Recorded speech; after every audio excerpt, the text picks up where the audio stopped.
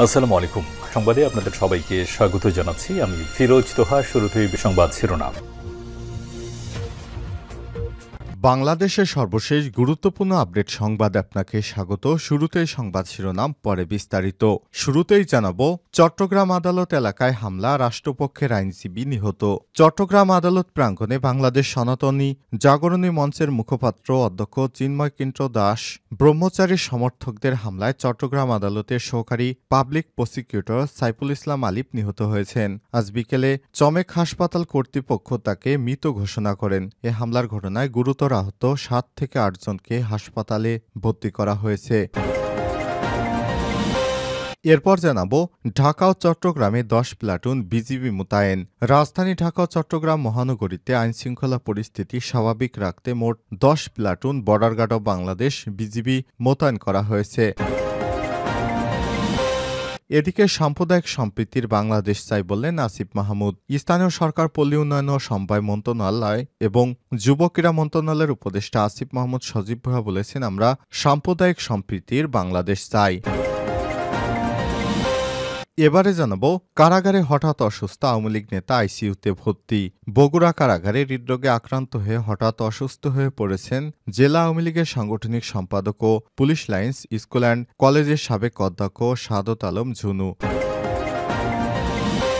এদিকে চট্টগ্রামে ইসকন নেতা চিন্ময় দাসের অনুসারীদের সঙ্গে পুলিশের সংঘর্ষ। চট্টগ্রামে ইসকন নেতা চিন্ময় কৃষ্ণ দাস ব্রহ্মচারীর অনুসারীদের সঙ্গে পুলিশের সংঘর্ষের ঘটনা ঘটেছে মঙ্গলবার ২৬শে নভেম্বর। এই সংঘর্ষের ঘটনা ঘটে। এ সময় বেশ কয়েকজন গুরুতর আহত হয়েছে। এর মধ্যে রাষ্ট্রপক্ষের একজন আইনজীবী নিহত হয়েছে। এবং সর্বশেষ জানাবো, বিদেশি শিক্ষার্থীদের যে বার্তা দিল যুক্তরাষ্ট্র।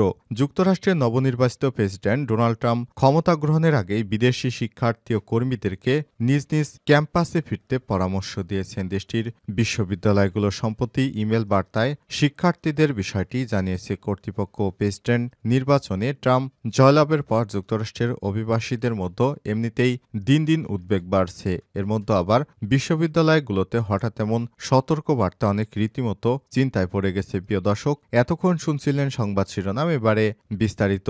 তবে তার আগে বন্ধুরা, অনুরোধ থাকবে সংবাদটিতে একটি লাইক দিন। এই চ্যানেলে আপনি নতুন হয়ে থাকলে আমাদের সংবাদটি দেখতে দেখতে চ্যানেলটি সাবস্ক্রাইব করে রাখুন। কমেন্ট করে আপনার মূল্যবান মতামত জানিয়ে দিন বন্ধুরা, আপনি বিশ্বের কোন দেশ থেকে বা বাংলাদেশের কোন স্থান থেকে আমাদের সংবাদটি দেখছেন এবং শুনছেন। এবারে বিস্তারিত।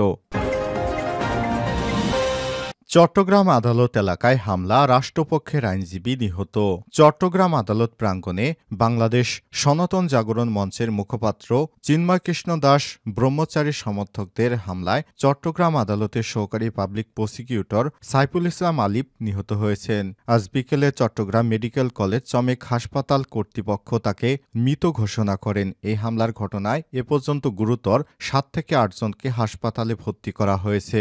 এই ঘটনার সত্যতা নিশ্চিত করেছেন আদালতের সহকারী public prosecutor Mohammad advocate Enamul বলেন, সাইফুল ইসলাম আন্তর্জাতিক ইসলামী বিশ্ববিদ্যালয়ের ছাত্র ছিলেন। তিনি ২০১৮ সালে জেলা আইনজীবী সমিতির সদস্য হন। পরে তিনি হাইকোর্টের আইনজীবী হিসেবে নিবন্ধন পান। অ্যাডভোকেট মোক্তার উদ্দিন সাগর নামে এক আইনজীবী জানান, আমার চোখের সামনে অ্যাডভোকেট সাইফুল ইসলাম আলিফকে কোপানো হয়েছে।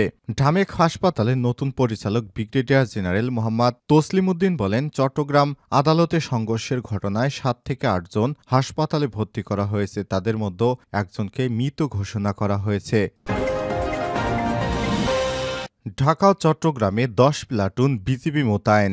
রাজধানী ঢাকা ও চট্টগ্রাম মহানগরীতে আইনশৃঙ্খলা পরিস্থিতি স্বাভাবিক রাখতে মোট ১০ platoon border guard of Bangladesh BGB মোতায়েন করা হয়েছে। মঙ্গলবার ২৬শে নভেম্বর বিকেলে বিজিবির পক্ষ থেকে পাঠানো এক খুদে বার্তায় সব তথ্য জানানো হয়। এতে বলা হয়েছে, আইনশৃঙ্খলা পরিস্থিতি স্বাভাবিক রাখতে রাজধানীর শাহবাগ মৎস্য ভবন হোটেল ইন্টারকন্টিনেন্টাল এলাকায় ৪ প্লাটুন বিজিবি মোতায়েন করা হয়েছে। একই কারণে চট্টগ্রাম নগরীতে মোতায়েন করা হয়েছে ৬ প্লাটুন বিজিবি। এ বিষয়ে border guard of Bangladesh BGB সদর দপ্তরের জনসংযোগ কর্মকর্তা মোহাম্মদ শরীফুল ইসলাম জানান, রাজধানী শাহবাগ, মৎস্য ভবন ও হোটেল ইন্টারকন্টিনেন্টাল এলাকায় ৪ প্লাটুন বিজিবি মোতায়েন করা হয়েছে। একই সঙ্গে চট্টগ্রাম মহানগরীতেও ৬ প্লাটুন বিজিবি সদস্য আইনশৃঙ্খলা পরিস্থিতি স্বাভাবিক রাখতে দায়িত্ব পালন করবেন। এর আগে সোহরাওয়ার্দী কলেজে কবি নজরুল কলেজের শিক্ষার্থীদের সঙ্গে ডক্টর মাহবুবুর রহমান মোল্লা কলেজের শিক্ষার্থীদের সংঘর্ষকে কেন্দ্র করে গতকাল সোমবার আইনশৃঙ্খলা পরিস্থিতি নিয়ন্ত্রণে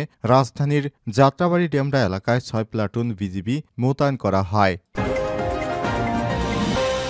সাম্প্রদায়িক সম্প্রীতির বাংলাদেশ চাই আসিফ মাহমুদ। স্থানীয় সরকার, পল্লী উন্নয়ন ও সমবায় মন্ত্রণালয় এবং যুব ক্রীড়া মন্ত্রণালয়ের উপদেষ্টা আসিফ মাহমুদ সজীব ভুঁইয়া বলেছেন, আমরা সাম্প্রদায়িক সম্প্রীতির বাংলাদেশ চাই।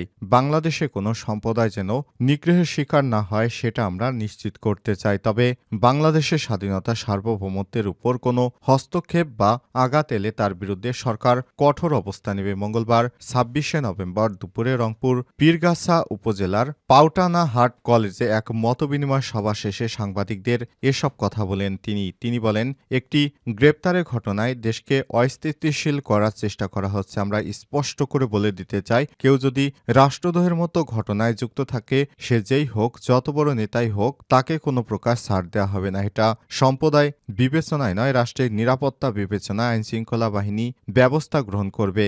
আসিফ বলেন, আপনারা দেখেছেন বিভিন্ন গোষ্ঠী বিভিন্ন রূপকে উস্কে দিচ্ছে। গতকাল সংঘর্ষের মতো ঘটনা ঘটেছে। প্রান্তিক পর্যায়ে ভুল তথ্য দিয়ে ঋণ দেওয়ার কথা বলে মানুষকে ঢাকায় নিয়ে যাওয়া হচ্ছিল।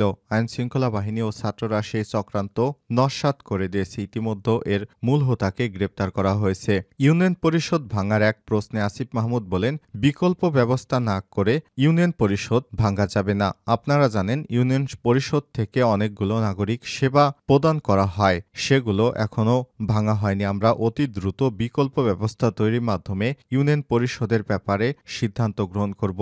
এর আগে মতবিনিময় সভায় উপজেলা নির্বাহী কর্মকর্তা মোহাম্মদ নাজমুল হক সুমনের সঞ্চালনায় বক্তব্য রাখেন ছাত্র জনতার গণ অভ্যুত্থানে নিহত পীরগাছা সাওলা ইউনিয়নের রিকশাচালক মঞ্জুরের স্ত্রী রাহিমা বেগম, একই ইউনিয়নের শহীদ মামুন মিয়ার বাবা আসগর আলী ও কল্যাণী ইউনিয়নের সাইফুল ইসলামের স্ত্রী রানী বেগম, ছাত্র প্রতিনিধি শামসুর রহমান সুমন, তত্ত্বাবধায়ক প্রকৌশলী Rangpur zone Anisul Wahab Khan, Saola union chairman Nazir Hossain, Jamuna TV senior correspondent Sarkar Mazharul Mannan, রংপুরের পুলিশ সুপার মোহাম্মদ শরীফ উদ্দিন, রংপুরের জেলা প্রশাসক মোহাম্মদ রবিউল ফয়সাল, স্থানীয় সরকার বিভাগের ভারপ্রাপ্ত সচিব নজরুল ইসলাম। কারাগারে হঠাৎ অসুস্থ আওয়ামী লীগ নেতা আইসিইউতে ভর্তি।